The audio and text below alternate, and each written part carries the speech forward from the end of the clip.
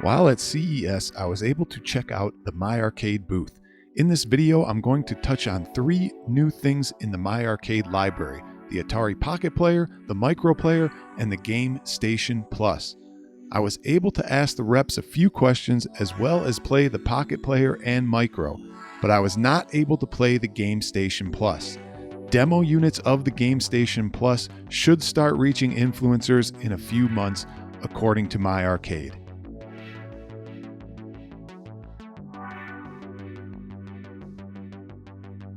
Let's jump right in and start with the Pocket Player and Micro Player. If you're familiar with the previous Micros and Pockets from MyArcade, these are very similar. They each have a 2.75-inch screen, which appears to be 4:3 aspect ratio.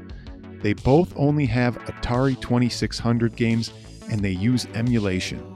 The games list is not final, but you can see a bunch of the games listed here on the screen. There is also no SD card on either unit. Pocket Player felt really good, both the D-pad and the buttons, and it was enjoyable to play these Atari classics. As for the Micro Player, it was a little more difficult with the joystick, even though the joystick and buttons were fine for a Micro Player. I played games like Yar's Revenge and Indy 500, and it was difficult to control the cars on any racing game with a joystick. Not a surprise, though. Let's now take a look at the Atari GameStation Plus. There is no date on when this will be available to the public and no price point or even price range given. The GameStation will have over 200 games, but the list is not final, and it will be a combination of Atari 2600, 7800, and arcade. The system uses emulation, but it wasn't defined what specific emulator, whether Stella or MAME, or any proprietary emulator or front end. It uses a custom chip and no specs were given. It was stated that the system currently outputs 720p, but that may change by release date. I'm not sure why it wouldn't be 1080 at this point, as the simplest of SBCs can handle 1080 for ROMs of this nature. The system comes with a base unit and 2 joysticks as shown. They are 2.4 GHz joysticks, and they have dynamic RGB LED lights, as well as the unit itself has RGB LED lights.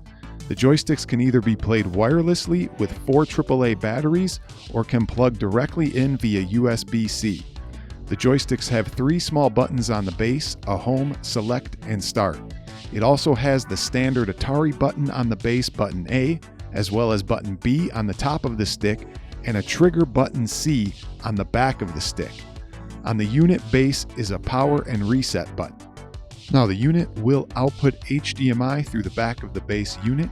It will give you aspect ratio options as well as allow you to add bezels on games if so desired. I was also told that game options like difficulty level will be accessible through the options menu.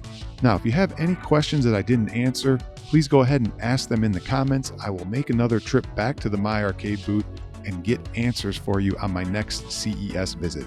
I may also do a stream on Saturday night to go over some other MyArcade products that I did not mention here.